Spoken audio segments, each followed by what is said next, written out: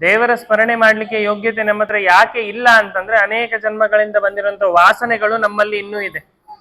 ದೇವಸ್ಥಾನಕ್ಕೆ ಇಲ್ಲಿ ಬಂದು ಕೂತಾಗೂ ಸತೆ ನೋಡ್ರಿ ಇವತ್ತು ಅವ್ರೆಷ್ಟು ರೆಡಿಯಾಗಿ ಬಂದಾರೆ, ಏನ್ ದಿಮಾಕ್ ಅವ್ರದ್ದು ಅಂತ ಹೇಳಿ ನಾವು ಬೈತಾ ಇರ್ತೀವಿ. ಈ ಎಲ್ಲ ಒಳಗಡೆ ಇದ್ದಾಗ ದೇವರ ನಾಮಸ್ಮರಣೆ ಬರೋದಿಲ್ಲ. ಇದು ಬರಬೇಕಂದ್ರೆ ಗುರುವಿನ ಸ್ಮರಣೆ ಬರಬೇಕು. ಮೊದಲು ಗುರುವಿನ ಕಾಲನ್ನು ಹಿಡಿಬೇಕು. ಅದಕ್ಕೆ ಪುರಂದರದಾಸ ಹೇಳ್ತಾಳೆ, ಗುರುವಿನ ಗುಲಾಮನಾಗುವ ತನಕ ದೊರೆಯದಣ್ಣ ಮುಕುತಿ. ಮುಕುತಿ ನಮಗ್ ಬೇಡ ಬೇಡ, ಇಲ್ಲಿ ಚೆನ್ನಾಗಿ ಇರಬೇಕಲ್ಲ ಅಂತಂದ್ರೆ, ಇಲ್ಲಿ ಚೆನ್ನಾಗಿ ಇರಬೇಕು ಅಂತಂದ್ರೂ ನಮಗೆ ಗುರುಗಳ ಅನುಗ್ರಹ ಬೇಕು. ಗುರುವಂತರ್ಗತನಾದ ಭಗವಂತನ ಅನುಗ್ರಹದಿಂದ ನಮಗೆ ಜಗತ್ತಿನಲ್ಲಿ ಸಿಗದೇ ಇರುವಂತಹ ವಸ್ತುಗಳಿಲ್ಲ. ಪ್ರಾಯ ಜ್ಯೋತಿಷ್ಯ ಕೇಳಲಿಕ್ಕೆ ಹೋದ್ರೆ ಅಲ್ಲಿ ಹೇಳ್ತಾರೆ, ಗುರುವಿನ ಅನುಗ್ರಹ ಇದೆ ಅಂತಂದ್ರೆ ಬೇರೆ ಗ್ರಹಗಳ ಅನುಗ್ರಹ ಇಲ್ಲ ಅಂದ್ರೂ ಪರವಾಗಿಲ್ಲ, ಆದ್ರೆ ಎಲ್ಲ ಗ್ರಹದ ಅನುಗ್ರಹ ಇದ್ದು ಗುರುವಿನ ಅನುಗ್ರಹ ಇಲ್ಲ ಅಂದ್ರೆ ಕಷ್ಟ ಅಂತ ಹೇಳಿ ಹೇಳ್ತಾರೆ. ಅದಕ್ಕೆ ಗುರುವಿನ ಅನುಗ್ರಹ ಏನು, ಬರೇ ಗುರುವಿನ ಮಂತ್ರ ನೀವು ಜಪ ಮಾಡಿಸಿ ಹೋಮ ಮಾಡಿಸಿದ್ರೆ ಅಷ್ಟೇ ಅಲ್ಲ. ಇಲ್ಲಿ ಇದ್ದಾಗ ಸರ್ತ ದೇವತೆಗಳ ಆರಾಧನೆ, ಹಸುವಿನ ಪೂಜೆ, ದೇವಸ್ಥಾನಗಳಲ್ಲಿ ಸೇವೆ, ಗುರುಗಳ ಬಗ್ಗೆ ಶ್ರವಣ, ಗುರುಗಳ ಚರಿತ್ರೆ ಅಧ್ಯಯನ, ಇವುಗಳನ್ನು ಮಾಡುವುದರಿಂದನೂ ನಮ್ಮ ಗುರುಬಲ ಸ್ಟ್ರಾಂಗ್ ಆಗುತ್ತೆ. ಯಾವಾಗ ಗುರುಗ್ರಹ ಸ್ಟ್ರಾಂಗ್ ಆಗುತ್ತೋ ನಮ್ಮ ಜೀವನದಲ್ಲಿ ಅಡಚಣೆಗಳು ಬರ್ತಾ ಇರುತ್ತಲ್ಲ. ನಾವು ಜ್ಯೋತಿಷರ ಹತ್ರ ಜಾತಕ ಹಿಡ್ಕೊಂಡು ಫಸ್ಟ್ ಕೇಳೋದೇನು, ಎಲ್ಲ ಕೆಲಸ ಮಾಡ್ಲಿಕ್ಕೆ ಅಂತ ಹೋಗ್ತೀವ್ರಿ, ಇನ್ನೇನು ಕೈಗೆ ಬಂದಿರುತ್ತೆ ಬಾಯಿಗೆ ಬರೋದಿಲ್ಲ ಅಂತ ಹೇಳಿ. ಅದು ನಿಲ್ಲಬೇಕು ಅಂದ್ರೆ ಗುರುಗ್ರಹದ ಅನುಗ್ರಹ ನಮಗಾಗ್ಬೇಕು. ಆ ಗುರುಗ್ರಹದ ಅನುಗ್ರಹ ಆಗಬೇಕು ಅಂತಂದ್ರೆ ಎಲ್ಲಿ ಬಂದಾಗ ಹೆಂಗೆ ಇರಬೇಕು ಅದನ್ನು ಕಲಿಬೇಕು. ಮೊದಲು ದೊಡ್ಡವರಿಗೆ, ಗುರುಗಳಿಗೆ, ದೇವರಿಗೆ ನಮಸ್ಕಾರ ಮಾಡಿ ಗಂಭೀರವಾಗಿ ಇದ್ದು ಗುರುಗಳ ಚರಿತ್ರೆಯನ್ನು ಅಧ್ಯಯನ ಮಾಡಿದ್ರೆ ಗುರುಗ್ರಹ ನಮಗೆ ಸ್ವಲ್ಪ ಆಕ್ಟಿವ್ ಆಗುತ್ತೆ. ಯಾವಾಗ ಗುರುಗ್ರಹದ ಕೃಪೆ ಸಿಗುತ್ತೋ ಜ್ಯೋತಿಷ್ಶಾಸ್ತ್ರದ ಮುಖಾಂತರವಾಗ್ಲಿ ಅಥವಾ ನಾವು ಆಧ್ಯಾತ್ಮಿಕವಾಗ್ಲಿ ಭೌತಿಕವಾಗ್ಲಿ ಜೀವನದಲ್ಲಿ ನಮಗೆ ಉನ್ನತಿ ಪಡಲಿಕ್ಕೆ ಸಾಧ್ಯ. ಒಂದು ಹಾಗೂ ಅನೇಕ ಜನರು ಯಾಜ್ಞವಲ್ಕ್ಯರ ಅನೇಕ ಸ್ತೋತ್ರಗಳನ್ನು ಮಾಡಿದ್ದಾರೆ. ಪ್ರಾಯ ಈ ಸ್ತೋತ್ರ ಯಾರ ಹತ್ರ ಇದೇನೋ ಇಲ್ಲೋ ನಂಗೆ ಗೊತ್ತಿಲ್ಲ, ಇದು ತುಂಬಾ ನನಗಂತೂ ಸಿಕ್ಕಿದ್ದು ಪ್ರಾಚೀನ ಪುಸ್ತಕ. ಇದು ತ್ಯಾಗರಾಜರು, ಆಂಧ್ರದ ತ್ಯಾಗರಾಜರು ಪ್ರಾಯ ಅವರೆಲ್ಲರಿಗೂ ಗೊತ್ತು. ಅವರು ಯಾಜ್ಞವಲ್ಕ್ಯರಿಗೆ ಮಾಡಿದಂತಹ ಸ್ತೋತ್ರ. ಒಂದು 20-22 ಸ್ತೋತ್ರದ ಮುಖಾಂತರ ಯಾಜ್ಞವಲ್ಕ್ಯರು ಏನು ಬೃಹದಾರಣ್ಯಕ ಉಪನಿಷತ್ತಿಲ್ಲ ಅಲ್ಲಿ ನಡೆದಂತಹ ವಿಚಾರಗಳ ಬಗ್ಗೆ ಸ್ವಲ್ಪ ಇಲ್ಲಿ ಚರ್ಚೆ ಮಾಡಿದ್ದಾರೆ. ಆದ್ರೆ ಅವರು ಹೇಳುವಂತ ಮಾತುಗಳು, ಯಾಜ್ಞವಲ್ಕ್ಯರ ವರ್ಣನೆಯನ್ನು ಕೇಳಬೇಕಿಲ್ಲಿ, ಸುಮ್ಮನೆ ಅಲ್ಲ. ಎಷ್ಟು ಚೆನ್ನಾಗಿ ಅವರು ವರ್ಣನೆ ಮಾಡ್ತಾರೆ ಅಂದ್ರೆ, ಕರ್ಮಾಪ್ತಸಿ ಪ್ರಬೋಧ ಪಚಯ ಜಲದಯೇ ಕರ್ಮಿಣೇ ಕರ್ಮಠಾನಾಂ ಯೋಗಾಚಾರ್ಯಾಯ ಯೋಗ ವ್ಯವಸಿತ ಮನಸಾಂ ಯೋಗಶಾಸ್ತ್ರ ಪ್ರಣೇತ್ರೆ. ಯಾಜ್ಞವಲ್ಕ್ಯರ ಗುರುಗಳ ಬಗ್ಗೆ ಅವರು ಹೇಳ್ತಾರೆ, ಈ ಜ್ಞಾನ, ಕರ್ಮ, ಧ್ಯಾನ ಯಾರು ಯಾವ ಯಾವ ಉಪಾಸನೆಯನ್ನು ಮಾಡ್ತಾರೋ ಅವರವರಿಗೆ, ಯೋಗ ಮಾಡುವವರಿಗೆ ಯೋಗಾಚಾರ್ಯರಾಗಿ, ಕರ್ಮ ಮಾಡುವವರಿಗೆ ಕರ್ಮಠರಿಗೆ ಅಗ್ರಗಣ್ಯರಾಗಿ ನಿಂತು ಯಾಜ್ಞವಲ್ಕ್ಯ ಗುರುಗಳು ಅವರವರಿಗೆ ಏನೇನು ಬೇಕೋ ಅದನ್ನು ಕೊಡ್ತಾ ಇದ್ದಾರೆ. ಯೋಗಶಾಸ್ತ್ರದ ಜ್ಞಾನ ಬೇಕಾ, ಯೋಗಶಾಸ್ತ್ರವನ್ನು ಕೊಡ್ತಾ ಇದ್ದಾರೆ. ಇಲ್ಲ ನಾವು ಯಾಗಾದಿಗಳನ್ನು ಮಾಡಬೇಕಾ ಅಥವಾ ನಿತ್ಯ ಕರ್ಮಗಳನ್ನು ಜೀವನದಲ್ಲಿ ನೆರವೇರಿಸ್ಬೇಕು ಆ ಎಲ್ಲ ವಿಚಾರಗಳು ಅದನ್ನು ಕೊಡ್ತಾ ಇದ್ದಾರೆ. ಅಷ್ಟೇ ಎಲ್ಲ ಕಸ್ಮೈಚನ ಮಮ ವಿನತಿರಿ. ಯಾಜ್ಞವಲ್ಕ್ಯರ ಪಾದವನ್ನು ನಂಬಿದ್ರೆ ನಮಗೆ ಏನು ಸಿಗೋದಿಲ್ಲ ಅಂತ ಹೇಳಿ ಅಲ್ಲಿ ಅವರು ಹೇಳ್ತಾ ಇದ್ದಾರೆ. ಏನು ಸಿಗೋದಿಲ್ಲ, ಎಲ್ಲವೂ ಖಂಡಿತ ಸಿಗುತ್ತೆ. ಆದರೆ ಯಾವ ರೀತಿ ಯಾಜ್ಞವಲ್ಕ್ಯ ಗುರುಗಳ ಪಾದವನ್ನು ಆಶ್ರಯದ ನಾವು ಮಾಡ್ಕೊಳ್ಬೇಕು ಅಂತ ಹೇಳಿ ಮುಂದೆ ಅವರು ಹೇಳ್ತಾ ಇದ್ದಾರೆ. ಜೀಯಾಶ್ರೀ ಯಾಜ್ಞವಲ್ಕ್ಯೋ ಜಗತಿ ಸಮನಸಾಂ ಕಾಮನಾಂ ಕಲ್ಪವೃಕ್ಷ. ನಮಗೇನು ಬೇಕು, ಯಾವಾಗ ನಮ್ಮ ಕಣ್ಣಿಗೆ ದೇವರು ಗುರುಗಳು ದೊಡ್ಡವರಾಗ್ತಾರೆ, ನಾವು ಅವರಿಗೆ ರೆಸ್ಪೆಕ್ಟ್ ಕೊಡ್ಬೇಕಂತ ನಮ್ಮ ಮನಸ್ಸಿಗೆ ಬರುತ್ತೆ ಅಂದ್ರೆ ಅಲ್ಲಿ ನಾವು ಈ ಗುಡಿಗೆ ಹೋಗ್ಬೇಕು, ಹೋಗಿ ಹಿಂಗ್ ಪ್ರದಕ್ಷಿಣೆ ಹಾಕಿ ಬಂದ ತಕ್ಷಣ ನಮ್ ಕೆಲಸ ಆಗ್ಬಿಡ್ಬೇಕು ಅಂದ್ರೆ ಅಲ್ಲಿ ದೇವ್ರೇನು ಕರೆಕ್ಟ್ ಇದ್ದಾನೆ. ಇಲ್ಲ ಅಂದ್ರೆ ಗುಡಿಗೇನ್ರಿ ಏನ್ ದೇವ್ರಿಗೆ ಎಷ್ಟು ಪ್ರದಕ್ಷಿಣೆ ಹಾಕಿದ್ರು ವೇಸ್ಟ್, ಇವತ್ತು ಈ ಗುಡಿ ಬೇಡ, ಮುಂದಿನ ವಾರ ಇನ್ನೊಂದು ಯಾವ್ದಾದ್ರು ಗುಡಿಗೆ ಹೋಗೋಣ. ಆ ರೀತಿಯಲ್ಲ, ನಮ್ಮ ಭಕ್ತಿ ಮೊದಲು ಶ್ರದ್ಧೆ, ಎಲ್ಲಿ ಶ್ರದ್ಧಾ ವಿಶ್ವಾಸ ಇರುತ್ತೋ ಅಲ್ಲಿ ವಿಶ್ವಾಸೋ ಫಲದಾಯಕ. ಗುರುಗಳಲ್ಲಿ ಮೊದಲು ವಿಶ್ವಾಸ, ಗುರು ಚರಣಕಮಲಗಳಲ್ಲಿ ವಿಶ್ವಾಸ ಇಡಬೇಕು. ಯಾವಾಗ ಗುರುವಿನ ಚರಣಕಮಲಗಳಲ್ಲಿ ವಿಶ್ವಾಸವನ್ನು ಇಡ್ಲಿಕ್ಕೆ ನಾವು ಪ್ರಾರಂಭ ಮಾಡ್ತೀವೋ ಆವಾಗ ಭಗವಂತ ಏನು ಬೇಕಾದ್ರೂ ನಮಗೆ ಕೊಡ್ಲಿಕ್ಕೆ ಸಾಧ್ಯ. ಯಾಕೆ, ಗುರುವಂತರ್ಗತನಾದ ಭಗವಂತನ ಪ್ರೀತಿ ತುಂಬಾ ಸುಲಭ. ನಿಜವಾಗ್ಲೂ ನಾವು ಡೈರೆಕ್ಟ್ ಆಗಿ ದೇವರ ಹತ್ರ ಹೋಗ್ತೀವಿ ಅಂದ್ರೆ ಕಷ್ಟ.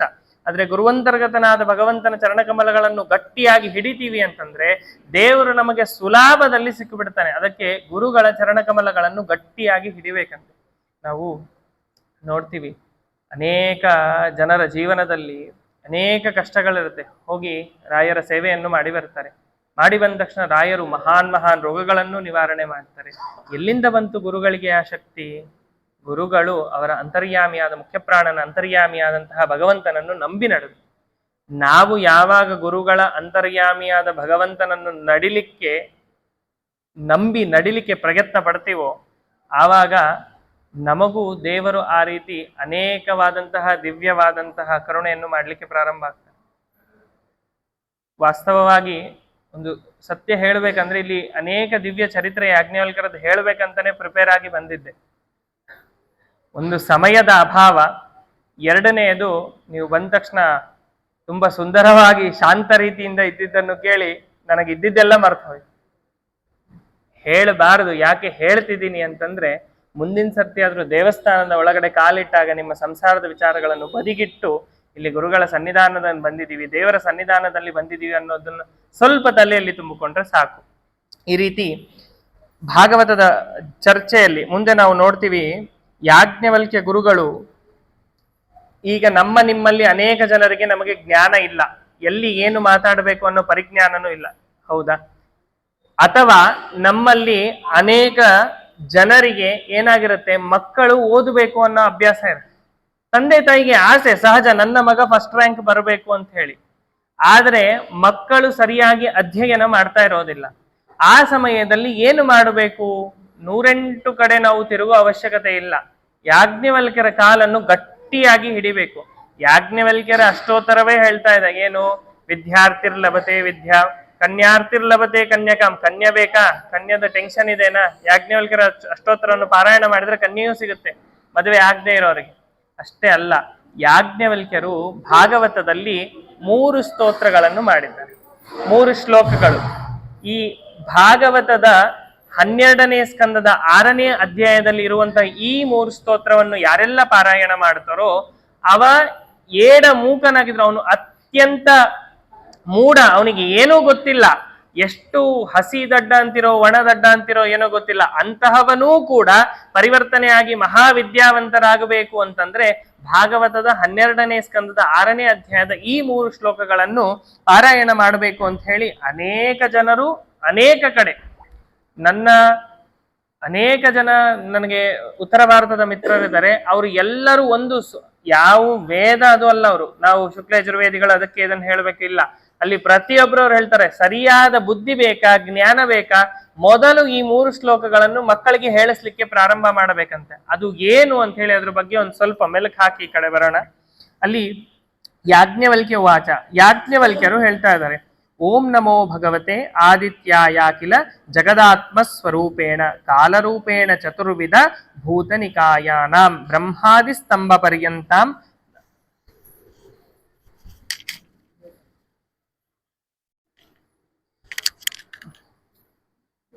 ಬ್ರಹ್ಮಾದಿ ಸ್ತಂಭ ಪರ್ಯಂತಾನಾಂ ಮಂತರ್ ಹೃದಯೇಶು ಬಹಿರಪಿ ಆಕಾಶ. ಅಲ್ಲಿ ಸೂರ್ಯಮಂಡಲದ ಅಂತದಲ್ಲಿ ಇರುವಂತಹ ಸವಿತೃನಾಮಕ ನಾರಾಯಣನಿಗೆ ಪ್ರಾರ್ಥನೆ ಮಾಡ್ತಾ ಇದ್ದಾರೆ ಯಾಜ್ಞವಲ್ಕ್ಯರು. ಏನಂತ? ಚತುರ್ಮುಖ ಬ್ರಹ್ಮನಿಂದ ಹಿಡ್ಕೊಂಡು ತೃಣಪರ್ಯಂತ ಎಲ್ಲ ಜೀವಿಗಳ ಅಂತರ್ಯಾಮಿಯಾಗಿ ಕೂತಂತಹ ಪರಮಾತ್ಮನೇ.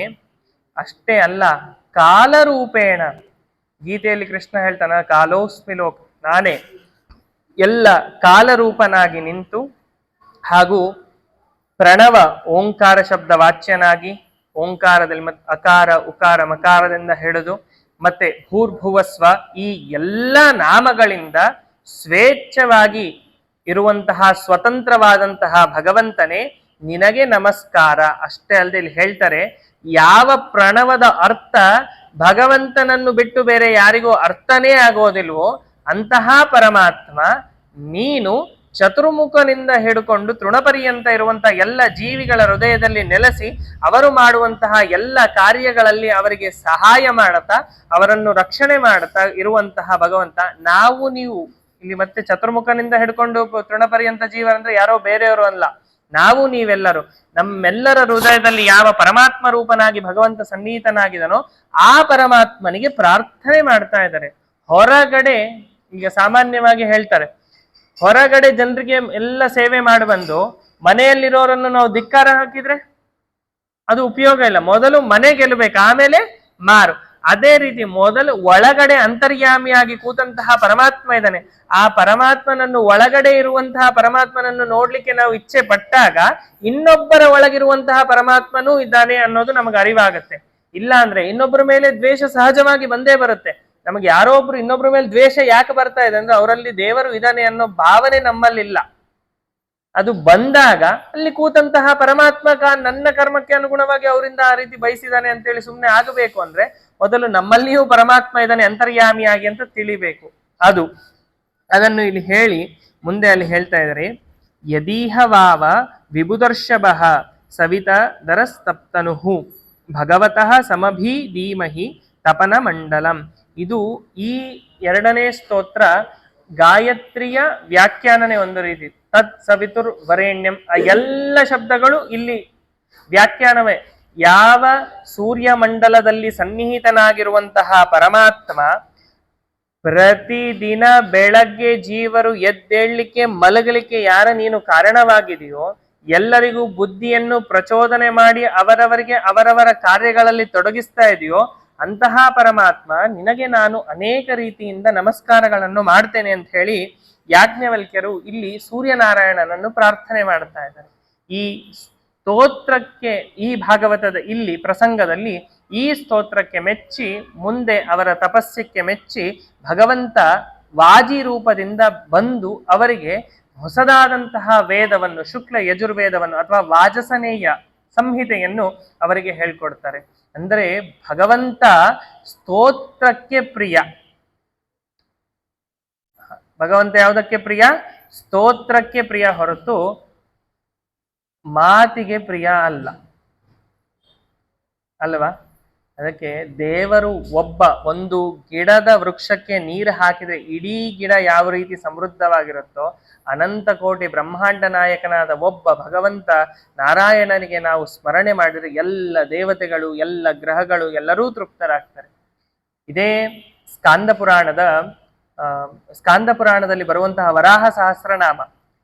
ನಂಗೆ ಒಂದು ಸ್ವಲ್ಪ ಕನ್ಫ್ಯೂಷನ್ ಇತ್ತು. ಏನಂದ್ರೆ ಈ ನವಗ್ರಹದ ಹೆಸರುಗಳು ಎಲ್ಲವೂ ಎಲ್ಲ ಶಬ್ದಗಳು ಯಾವಂತಿ ದ್ವಿಜಾತಿಭಿ ಪಠಂತಿ ವೇದಾಕ್ಷರಾಣಿ ತಾವಂತಿ ಹರಿನಾಮಾಣಿ ಅಂತ ಹೇಳ್ತಾರೆ. ವೇದದಲ್ಲಿ ಬರುವ ಎಲ್ಲ ಅಕ್ಷರಗಳು ಹರಿನಾಮನೆ.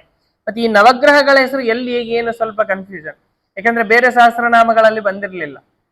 ಎಲ್ಲಿ ಅಂದ್ರೆ ವರಾಹ ಸಹಸ್ರನಾಮದಲ್ಲಿ ವರಾಹನಿಗೆ ಸಹಸ್ರನಾಮವನ್ನು ಹೇಳಬೇಕಾದ್ರೆ ಅಲ್ಲಿ ವರಾಹ ಸಹಸ್ರನಾಮದಲ್ಲಿ ಆದಿತ್ಯನಿಂದ ಹಿಡ್ಕೊಂಡು ಶನಿಯೇಶಿ ಗ್ರಹ ಎಲ್ಲ ಗ್ರಹಗಳವರೆಗೂ ಎಲ್ಲ ಹೆಸರುಗಳನ್ನು ವರಾಹ ದೇವರಿಗೆ ಹೇಳ್ತಾ ಇದ್ದಾರೆ ಸ್ಕಾಂದ ಪುರಾಣದ ವರಾಹ ಸಹಸ್ರನಾಮದಲ್ಲಿ.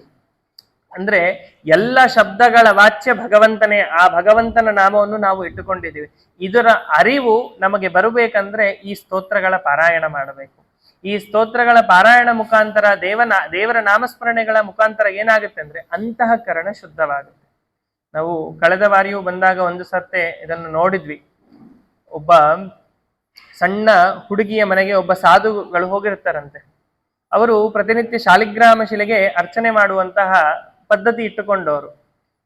ಅವರು ಅರ್ಚನೆ ಮಾಡ್ಬೇಕಾದ್ರೆ ಹುಡುಗಿ ನೋಡಿ ಏನಂತಾಳಂತೆ, ಸಾಧುಗಳೇ ದಯವಿಟ್ಟು ನನಗೂ ಆ ಶಾಲಿಗ್ರಾಮ ಕೊಡಿ, ನಾನು ನನ್ನ ಮನೆಯಲ್ಲಿ ಇಟ್ಟು ಪೂಜೆ ಮಾಡ್ಕೊಂತೀನಿ, ನೀವು ಹೋದ್ಮೇಲೆ ಅದನ್ನ ನಾನು ಇಲ್ಲಿ ಇಟ್ಟು ಪೂಜೆ ಮಾಡ್ತೀನಿ ಅಂತ ಹುಡುಗಿ ಕೇಳ್ತಾ ಇದ್ದಾಳೆ.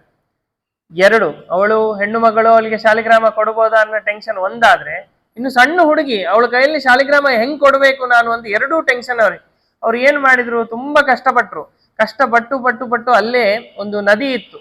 ನದಿಯಲ್ಲಿ ಸ್ನಾನ ಮಾಡ್ಲಿಕ್ಕೆ ಹೋದಾಗ ಚಿಂತೆ ಮಾಡ್ತಾ ಕೆಳಗಡೆ ಮುಳುಗಿ ಮೇಲೆ ಎದ್ದಾಳ್ಬೇಕಾದ್ರೆ ಅವ್ರ ಕೆಳಗಡೆ ಕಲ್ಲಿರುತ್ತಲ್ಲ, ಒಂದ್ ಯಾವ್ದೋ ಕಲ್ಲನ್ನು ಹಿಂಗ್ ಹಿಡ್ಕೊಂಡ್ ಮೇಲ್ ಬಂದ್ರು. ನೋಡಿದ್ರೆ ಅದು ಕಪ್ಪು ಕಲ್ಲಿತ್ತು. ಅವ್ರಿಗೆ ಫುಲ್ಲು ಖುಷಿ ಆಗ್ಬಿಡ್ತು. ಇದೇ ಕಲ್ಲನ್ನು ಶಾಲಿಗ್ರಾಮ ಅಂತ ಹುಡುಗಿ ಕೊಟ್ಬಿಟ್ರೆ ಮುಗಿದೋಯ್ತಲ್ಲ. ಅವಳು ಪೂಜೆ ಎಷ್ಟು 4 ದಿವಸ ಆಟ ಆಡಿ ಪೂಜೆ ಮಾಡ್ತಾಳೆ. 4 ದಿವಸ ಆದ್ಮೇಲೆ ಅವಳು ಬಿಸಾಕಿದ್ರು ಅದಕ್ಕೆ ನನಗೇನ್ ಪಾಪ ಬರಲ್ಲ, ಆಕಿಗೂ ಬರಲ್ಲ. ಅವಳಿಗೆ ಪಾಪನೂ ಬರಬಾರ್ದು, ಅವಳು ಸಮಾಧಾನನೂ ಆಗಿರ್ಬೇಕು. ಈ ರೀತಿ ಮಾಡ್ಬೇಕು ಅಂತ ಹೇಳಿ ಆ ಕಲ್ಲನ್ನು ಹಿಡ್ಕೊಂಡು ಹೋದ ನದಿಯಿಂದ ಬಂದು. ಇವರಿಗೆ ಬಹಳ ಹುಷಾರು. ಯಾಕೆ? ಆ ಹುಡುಗಿ ಹುಷಾರಿದಾಳ ಅಂತೇಳಿ ಇವ್ರು ಏನ್ ಮಾಡಿದ್ರು, ತಮ್ಮ ಶಾಲಿಗ್ರಾಮವನ್ನು ಕೆಳಗಡೆ ಇಟ್ರು, ಈ ಕಲ್ಲನ್ನು ತಂದಿರೋದನ್ನು ಮೇಲೆ ಇಟ್ರು, ಪೂಜೆ ಮಾಡಿದ್ರು. ಆ ಹುಡುಗಿ ಕೇಳಿದ್ರು, ಅಮ್ಮ ಮೇಲ್ಗಡೆ ಇರೋದು ರಾಜ ಶಾಲಿಗ್ರಾಮ, ಕೆಳಗಡೆ ಇರೋದು ಸೈನಿಕ ಸೇವಕ ಶಾಲಿಗ್ರಾಮ, ನಿನಗೆ ರಾಜ ಬೇಕಾ ಸೇವಕ ಬೇಕಾ ಅಂತ ಕೇಳಿದ್ರು. ಅವಳು ರಾಜ ಅಂದ್ರೆ ದೊಡ್ಡವರು, ಸೇವಕ ಸಣ್ಣವ್ರು. ಅವಳೆ ಅಂದ್ರೆ ನಂಗೆ ರಾಜ ಬೇಕು, ಸೇವಕ ಸಣ್ಣವನು ಬೇಡ ಅಂತಂದ್ಲು. ಅವ್ರಂದ್ರು ತಗೋ ಶಾಲಿಗ್ರಾಮ ಅಂತೇಳಿ ಅದು ಕಲ್ಲನ್ನು ಕೊಟ್ರು. ಅಷ್ಟಕ್ಕೆ ಆ ಹುಡುಗಿ ಸುಮ್ಮನಾಗ್ಲಿಲ್ಲ. ಈ ಶಾಲಿಗ್ರಾಮದ ಹೆಸರೇನು ಅಂತ ಕೇಳಿದ್ಲು. ಇವರಿಗೆ ಮತ್ತೆ ಇಲ್ಲಿ ಕಷ್ಟ ಬಂತು. ದೇವರ ಹೆಸರು ಹೇಳಿದ್ರೆ ಅವಳು ಯಾವ್ದೋ ಸುಮ್ನೆ ದೇವರ ಹೆಸರು ಹೇಳಿ ಒಂದು ಹೂವನೋ ಏನೋ ಇಟ್ಬಿಟ್ರೆ, ದೇವರ ಸನ್ನಿಧಾನ ಬಂದ್ಬಿಟ್ರೆ ಏನ್ ಮಾಡ್ಬೇಕು ಅಂತ ಹೇಳಿ ಬಹಳ ಯೋಚನೆ ಮಾಡಿ ಇದು ಶಿಲ್ಪಿಲ್ಲೆ ಅಂತ ಕರೆದು ಬಿಡಮ್ಮ, ಕಲ್ಲಿನ ಮರಿ. ಒರಿಸ್ಸಾ ಲ್ಯಾಂಗ್ವೇಜ್ ಅಲ್ಲಿ ಶಿಲ್ಪಿಲ್ಲೆ ಅಂದ್ರೆ ಕಲ್ಲಿನ ಮರಿ ಅಂತ. ಆ ಕಲ್ಲಿನ ಮರಿ ಅಂದ್ರೆ ಶಿಲ್ಪಿಲ್ಲೆ ಶಾಲಿಗ್ರಾಮ ಇದು ಅಂತ ಹೇಳಿ. ಅವಳು ಸರಿ ಆಯ್ತು ಅಂತ ಅಷ್ಟೇ ಭಕ್ತಿ ಭಾವದಿಂದ ಅದನ್ನು ಇಟ್ಟು ಸಣ್ಣವಳಿದ್ದಾಗಿಂದ ದೊಡ್ಡವಳಾಗೋವರೆಗೂ ಅದನ್ನ ಪೂಜೆ ಮಾಡ್ತಾ ಬದ್ಲು. ಪ್ರತಿನಿತ್ಯ ಮನೆಯಲ್ಲಿ ಅವಳಿಗೆ ಅಡಿಗೆ ಮಾಡಿ ಊಟ ಹಾಕಿ ಊಟ ಮಾಡಮ್ಮ ಅಂತ ಹೇಳಿ ತಟ್ಟೆಯಲ್ಲಿ ಬಡಿಸಿದ್ರೆ ಅದನ್ನ ತಗೊಂಡೋಗಿ ಶಾಲಿಗ್ರಾಮದ ಆ ಕಲ್ಲಿನ ಮುಂದಿಟ್ಟು ಶಿಲ್ಪಿಲ್ಲೆಗೆ ನೈವೇದ್ಯ ಮಾಡ್ತಿರೋಳು. ಸದಾ ಬಾಯಲ್ಲಿ ಶಿಲ್ಪಿಲ್ಲೆ ಶಿಲ್ಪಿಲ್ಲೆ ಅಂತಾನೆ ಜಪ ಮಾಡ್ತಾ ಇದ್ದಾಳೆ. ಯಾಕೆ? ಅವಳ ದೇವರ ಆರಾಧ್ಯ ಮೂರ್ತಿ ಅಲ್ವಾ. ಈ ಕೃಷ್ಣ ಯಾರಿಗಿಷ್ಟ ಅವರು ಸದಾ ಕೃಷ್ಣನಾಮ, ರಾಮ ಇಷ್ಟವಾದ ರಾಮನಾಮ. ರಾಮಕೃಷ್ಣರಲ್ಲಿ ಭೇದ ಇಲ್ಲ, ಆದ್ರೂ ಅವರವರ ಇಚ್ಛಾ ರೂಪಗಳಿಂದ ನಾಮಸ್ಮರಣೆಯನ್ನು ಮಾಡ್ತಾ ಇರ್ತಾರೆ. ಇದೇ ರೀತಿ ಇವಳು ಸದಾ ಶಿಲ್ಪಿಲ್ಲೆ ಶಿಲ್ಪಿಲ್ಲೆ ಶಿಲ್ಪಿಲ್ಲೆ ಅಂತ ಜಪ ಮಾಡ್ತಾ ಇದ್ದಾಳೆ. ಅವಳ ಮದುವೆಯ ಸಮಯ ಬಂತು. ಇವರು ದೊಡ್ಡ ಜಮೀನ್ದಾರರ ಮನೆಯವರು. ಅವರ ಚಿಕ್ಕಪ್ಪನಿಗೆ ಇವರ ಅಪ್ಪನ ಮೇಲೆ ದೊಡ್ಡ ಸಂಕಟ ಇತ್ತಂತೆ. ಆಸ್ತಿ ಎಲ್ಲ ಜಾಸ್ತಿ ಇವರಿಗೆ ಕೊಟ್ಟಿದ್ದಾನೆ ನಮ್ಮಪ್ಪ, ಎಲ್ಲ ನಮ್ಮ ಅಣ್ಣನಿಗೆ ಕೊಟ್ಟಿದ್ದಾನೆ. ಹೆಂಗಾದ್ರೂ ಮಾಡಿ ನಮ್ಮ ಅಣ್ಣನ ಮರ್ಯಾದೆ ತೆಗಿಲೇಬೇಕು ಅಂತ ಹೇಳಿ ಅವನು ಏನು ಮಾಡಿದ ಅಂತಂದ್ರೆ, ಇವಳ ಮದುವೆಗೆ 2 ದಿವಸ ಮುಂಚೆ ಮನೆಯಲ್ಲಿ ಇದ್ದಂತ ಎಲ್ಲ ಆಭರಣಗಳನ್ನು ಪಾತ್ರೆಗಳನ್ನೆಲ್ಲ ಕಳ್ತನ ಮಾಡಿಸ್ಬಿಟ್ಟ. ಎಲ್ಲ ಕಳ್ತನ ಮಾಡಿಸಿ ಹೋಗ್ಬಿಟ್ಟ. ಇವು ಮನೆಯಲ್ಲೆಲ್ಲ ಅಳ್ತಾ ಇದ್ದಾರೆ, ಏನಾಯ್ತು, ಎಲ್ಲ ಪಾತ್ರೆ ಹೋಯ್ತು, ಬಂಗಾರ ಹೋಯ್ತು, ಮದುವೆಯಲ್ಲಿ ಬೀಗರು ಬಂದ್ರೆ ನಾನು ಏನ್ ಹೇಳ್ಬೇಕಂತೇಳಿ. ಇವಳು ಎದ್ದು ಬಂದು ಏನ್ ಹುಡುಕ್ತಾ ಇದ್ದಾಳೆ ಅಂದ್ರೆ, ಅವಳೊಂದು ಪೆಟ್ಟಿಗೆಯಲ್ಲಿ ಆ ಶಾಲಿಗ್ರಾಮ ಅಂತೇಳಿ ಕಲ್ಲಿಟ್ಟಿದ್ಲು, ಅದನ್ನು ಹುಡುಕಿದ್ಲಂತೆ. ಹುಡುಕಿದ್ರೆ ಆ ಪೆಟ್ಟಿಗೆ ಸಿಗಲಿಲ್ಲ. ಇವಳು ದೋ ಅಂತ ಅಳ್ಲಿಕ್ಕೆ ಶುರು ಮಾಡಿದ್ಲು. ಅವ್ರೆಲ್ಲರಂತ ಅಳಬೇಡಮ್ಮ, ಸಮಾಧಾನ ಆಗು, ನಿನ್ನ ಮದುವೆ ಮಾಡ್ಕೊಡ್ತೀವಿ, ಆಮೇಲೆ ಸಾಮಾನು ಬಂಗಾರ ಕೊಡ್ತೀವಿ ಅಂತೆ. ಅವಳಂದ್ರೆ ಮದುವೆ ಸಾಮಾನು ಬಂಗಾರದ ಟೆನ್ಷನ್ ಇಲ್ಲ ನನಗೆ, ನನ್ನ ಶಾಲಿಗ್ರಾಮ ಶಿಲ್ಪಿಲ್ಲೇ ಕಾಣ್ತಿಲ್ಲ, ಅದು ಬೇಕು ಅಂತ ಹೇಳಿ ಎಲ್ಲರೂ ಬೈದ್ರಂತ. ಕಡೆಗೆ ಯಾರೋ ಒಬ್ರು ಬಂದು ಗುಟ್ಟಾಗಿ ಹೇಳಿದ್ರಂತ, ನಿಮ್ ಚಿಕ್ಕಪ್ಪನೇ ಕಳ್ತನ ಮಾಡಿಸಿದಾನೆ, ಹೋಗು ನಿನ್ ಚಿಕ್ಕಪ್ಪನ ಮನೆಯಲ್ಲಿ ಇರುತ್ತೆ ಅದು ಅಂತ ಹೇಳಿ. ಇವಳು ಚಿಕ್ಕಪ್ಪನ ಮನೆಯಲ್ಲಿ ಬಂದು ಹೊರಗಡೆ ನಿಂತು ಕೇಳ್ತಾ ಇದ್ದಾಳೆ, ಚಿಕ್ಕಪ್ಪ ದಯವಿಟ್ಟು ನೀವು ಪಾತ್ರೆ ಬಂಗಾರ ಎಲ್ಲ ಇಟ್ಕೊಳ್ರಿ, ನನ್ ಶಿಲ್ಪಿಲ್ಲೇ ಒಂದೇ ಕೊಟ್ಟು ಬಿಡ್ರಿ ಅಂತ ಹೇಳಿ. ಅವನು ಬೈತಾ ಇದ್ದಾನೆ, ನಿನಗೇನ್ ಹುಚ್ಚಿಡ್ದೇನಮ್ಮ, ನೀ ನನ್ ಮಗಳು, ನಿನ್ ಮದ್ವೆ ನಾನು ಯಾಕೆ ಹಾಳು ಮಾಡ್ಲಿ, ನಾನು ಯಾಕೆ ಇರ್ಲಿ, ನನ್ನ ಹತ್ರ ಇಲ್ಲ, ಹೋಗಮ್ಮ ಅಂತ ಹೇಳಿ. ಅದು ಅವನ ಮನೆಯಲ್ಲೇ ಒಳಗಡೆ ಇದೆ. ಆ ಶಾಲಿಗ್ರಾಮ ಆ ಕಲ್ಲು ತಂದ್ಕೊಟ್ರೆ ಕಲ್ಲಿನ ಜೊತೆ ಬಂಗಾರನೇ ಇವನು ಕಳ್ತನ ಮಾಡಿದಾನಂತ ಹೇಳಿ ಗೊತ್ತಾಗುತ್ತೆ. ಕಡೆಗೆ ಇವಳು ಹಠ ಮಾಡಿದಾಗ ಅವನ್ ಏನನ್ನಂತ, ನಿಂಗೆ ನಿಜವಾಗ್ಲೂ ಭಕ್ತಿ ಇತ್ತಂದ್ರೆ ನೀನ್ ಕರಿ, ಅದು ಪೆಟ್ಟಿಗೆ ಸಮೇತ ಹಾರ್ಕೊಂಬಂದು ನಿನ್ನ ಹತ್ರ ಬಂದು ಕೂಡ್ಲಿ, ಅವಾಗ ನಂಬುತ್ತೀವಿ ನಿನ್ ದೇವ್ರು ಅಂತ ಹೇಳಿ. ಇವಳು ಅಳ್ತಾ ಶಿಲ್ಪಿಲ್ಲೆ ಈಗ ನೀನ್ ಬರ್ಲಿಲ್ಲ ಅಂದ್ರೆ ನಾನು ಪ್ರಾಣನೇ ತ್ಯಾಗ ಮಾಡ್ತೀನಿ ಅಂದ ತಕ್ಷಣ ಎಲ್ಲರೂ ನೋಡ್ತಾ ಇರ್ಬೇಕಾದ್ರೆ ಪೆಟ್ಟಿಗೆ ಗಾಳಿಯಲ್ಲಿ ಹಾರ್ಕೊಂಬಂದು ಅವಳ ಹತ್ರ ಬಂದು ಕೂತಿತ್ತಂತೆ. ಆವಾಗ ಅವ್ರ ಚಿಕ್ಕಪ್ಪ ಅಂದಂತ, ಅಮ್ಮ ನನ್ ತಪ್ಪಾಯ್ತು, ನಿನ್ ಬಂಗಾರ ತಗೊಂಡಿದ್ದಷ್ಟೇ ಅಲ್ಲ, ನಿಮ್ ಬಂಗಾರ ಜೊತೆಗೆ 1-2 kg ನಾನು ಎಕ್ಸ್ಟ್ರಾ ಕೊಡ್ತೀನಿ, ನಾನ್ ಮಾಡಿದ ತಪ್ಪು ಅಂತ ಅವಳು ಕಾಲಿಗೆ ಬಿದ್ದ. ಈ ರೀತಿ ಭಗವಂತ, ನಾವು ವಿಶ್ವಾಸೋಫಲದಾಯಕ, ವಿಶ್ವಾಸ, ದೇವರು ಗುರುಗಳು ಭಗವಂತನಲ್ಲಿ ವಿಶ್ವಾಸ ಗಿಟ್ರೆ ಖಂಡಿತ ನಮಗ್ ಫಲ ಸಿಕ್ಕೇ ಸಿಗುತ್ತೆ. ಅದಕ್ಕೆ ಬೇರೆ ವಿಚಾರಗಳಲ್ಲಿ ತಲೆ ಕೆಡಿಸ್ಕೊಳ್ದೆ ಇನ್ನು ಗಂಗಾ ದಶಹರ ಇದೆ, ಗಂಗೆಯ ಸ್ಮರಣೆಯನ್ನು ಮಾಡ್ತಾ ಸಮಯದ ಅಭಾವದಿಂದ ಸ್ಮರಣಾತ್ ಪಾಪನಾಶನಃ, ಗಂಗೆಯ ಸ್ಮರಣದಿಂದ ನಮ್ಮೆಲ್ಲರ ಪಾಪನಾಶ ಆಗಲಿ. ಗಂಗೆಯ ಸನ್ನಿಧಾನ ಅಲ್ಲಿ ಇದ್ರೆ, ಇಲ್ಲಿ ಒಂದು ದೊಡ್ಡ ಗಂಗೆಗೆ ಬಂದು ನಮ್ಮ ಹತ್ರ ಕೂತಿದೆ ಗುರುಗಳು ಗಂಗೆಗಿಂತ ಪವಿತ್ರರೇ. ಯಾಕೆ? ಗಂಗೆ ಅಲ್ಲಿಗೆ ಹೋಗಿ ಸ್ನಾನ ಮಾಡಿದ್ರೆ ಪವಿತ್ರ ಮಾಡಿದ್ರೆ, ಗುರುಗಳು ಅವರಿದ್ದಲ್ಲೇ ನಮ್ಮೆಲ್ಲರಿಗೂ ಆಶೀರ್ವಾದ ಮಾಡಿ ಪವಿತ್ರ ಮಾಡ್ತಾರೆ. ಅಂತಹ ಗುರುಗಳ ಚರಣಕಮಲಗಳಲ್ಲಿ ಕೂತು ಈ ಭಾಗವತ ಸ್ತೋತ್ರವನ್ನು ಹೇಳಲಿಕ್ಕೆ ಅನುಗ್ರಹ ಮಾಡಿಕೊಟ್ಟಂತಹ ಗುರುಗಳಿಗೆ ವಂದಿಸುತ್ತಾ ಎಲ್ರಿಗೂ ಹರೇ ನಮಃ. ಶ್ರೀ ಕೃಷ್ಣಾಯ ನಮಃ. ಶ್ರೀ ಕೃಷ್ಣಾಯ ನಮಃ. ಶ್ರೀ ಕೃಷ್ಣಾಯ ನಮಃ. ಹರೇ ರಾಮ ರಾಮ ರಾಮ ಹರೇ ಹರೇ, ಹರೇ ಕೃಷ್ಣ ಕೃಷ್ಣ ಕೃಷ್ಣ ಹರೇ ಹರೇ, ಹರೇ ರಾಮ ರಾಮ ರಾಮ ಹರೇ ಹರೇ, ಹರೇ ಕೃಷ್ಣ ಕೃಷ್ಣ ಕೃಷ್ಣ ಹರೇ ಹರೇ, ಹರೇ ರಾಮ ರಾಮ ರಾಮ ಹರೇ ಹರೇ, ಹರೇ ಕೃಷ್ಣ ಕೃಷ್ಣ ಕೃಷ್ಣ ಹರೇ ಹರೇ. ಕೃಷ್ಣಾರ್ಪಣ.